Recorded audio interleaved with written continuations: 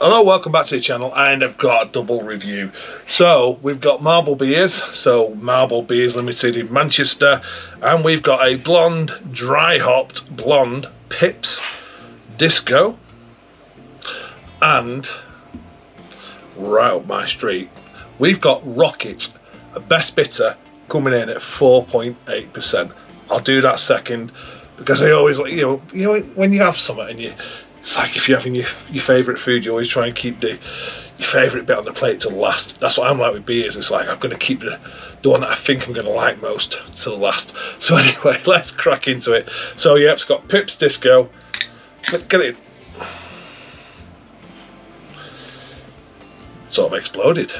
Pip got excited at his disco. So it's a blonde ale, double dry hopped blonde. So let's see what we're going to get. It's a blonde, blonde golden. They're all basically, it's like in between an ale and a lager for me. That's what I think when I have a blonde ale. So Pips Disco, and let's knock that off.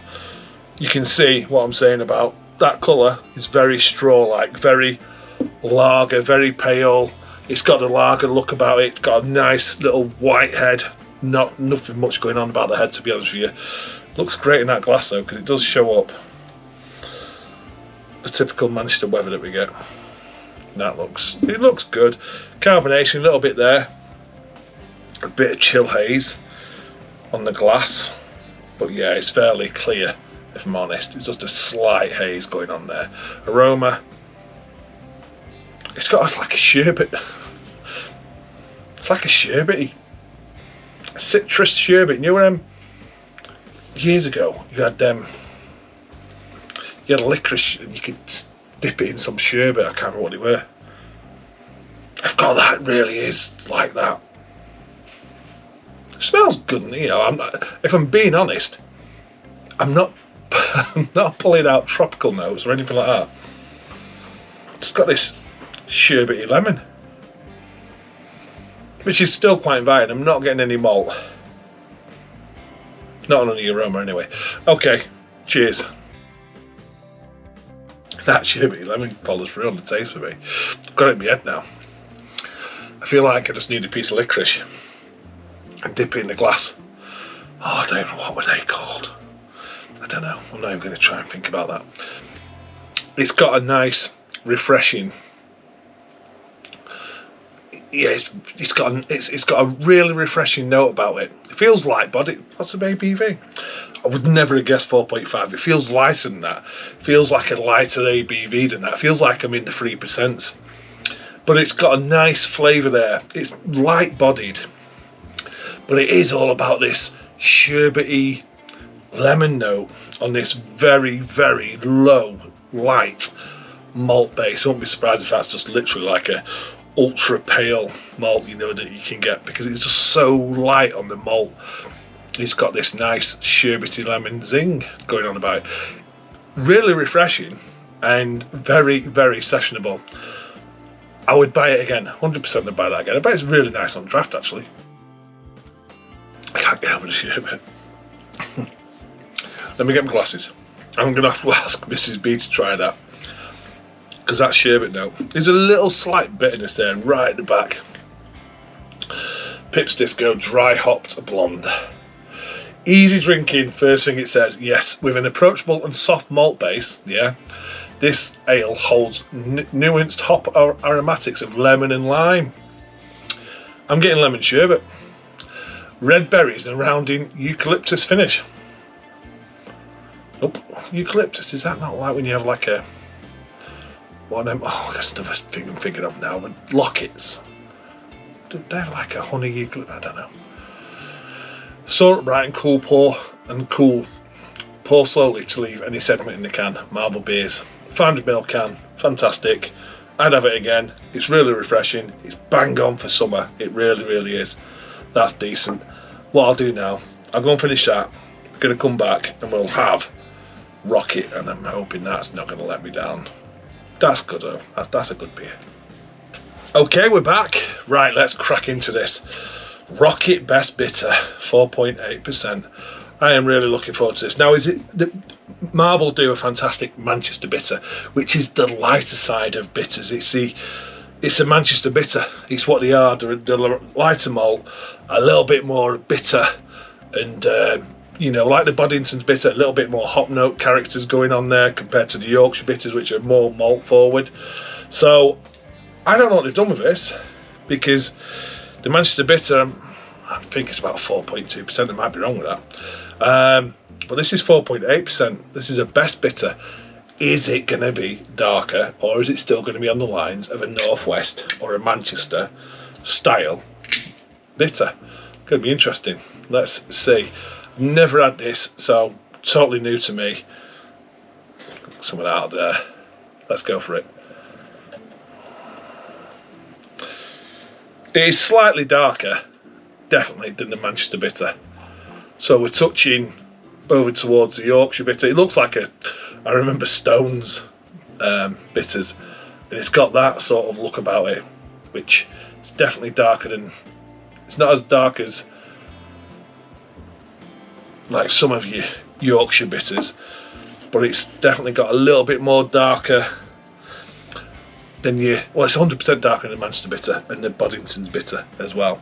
But that's got a lovely golden, it's like a deep gold. Again, got that haze on the glass. Temperature should be good on this. Look at that lovely white creamy looking head. That's a thumbnail right there. That, let me just get that. That just looks superb. But the look is spot on. Absolutely deep gold, white, creamy looking head, and I can't wait to get into this. Aroma, this feels like it might have a new, it feels like it's got a new age hop, which I'm not like, because it's, you know, it's modern brewing, but I'm definitely getting a little bit of citrus there. Not like a British English hop citrus, more like a New Zealand American hop citrus. I mean, it looks absolutely spot on. I do feel a bit like, because of the aroma, but let's get into it. Okay, cheers. It tastes like Manchester bitter pumped up a bit. It's definitely got new age hops in there, which is, it's nice. It's working. I would like to British hop in there, but it's definitely got your new, I couldn't pinpoint, it's like a New Zealand, America, I don't know, Motueka, somewhere around there, because it's got a little bit of lime, a little bit zesty. It's got a nice little malt backbone on it, which is nice, and that's carrying it. And that is, you know, it's got a lovely smooth mouthfeel, medium body, not light, what did I say, 4.8%. And it works. Now, it's like a modern best bitter. That's the only way I can describe that. It's got modern hops. It's a modern best bitter. A bit like the Manchester bitter is a modern bitter as well. Manchester bitter. I like it. I like it. Is it the best bitter I've had? Nope. It's not. But it's decent enough. It really, really is. Let's see what it says on the can. Okay. Introducing our best bitter inspired by Stevenson's Rocket. This beer is a harmonious blend of tradition and innovation. Tradition, it's got to be the malt, and then the innovation's got to be the hops. Crafted with the utmost care, this ale showcases the exceptional flavours of Centennial and Equinox American hops, delivering a sensory experience that pays homage to the classics while embracing the cutting edge of brewing. Store upright and cool, pour slowly to leave any sediment in the can. Yeah. I never read the cans before, and yes, it's American hopped. Equinox is definitely American. It is. I'd buy it again. I'd drink it again. Do I feel a little bit? Yeah, I do, because I was expecting a good old British bitter, best bitter when I seen the can. So I'm going to have to start reading the back of these cans, because my expectations were like, whoa, right up here, because I was expecting a real good best bitter. Still a good beer. I'd drink it again. I just like, sometimes I think, come on, let's move away from the American hops when we're doing some British brewing. You know, let's use our British hops, English hops. So yeah, I do feel a little bit let down, a bit like after hours at my expectations, but it's still a good beer, and yeah, I'm gonna go and enjoy that. Okay, thanks for watching. Cheers, and I'll see you on another one.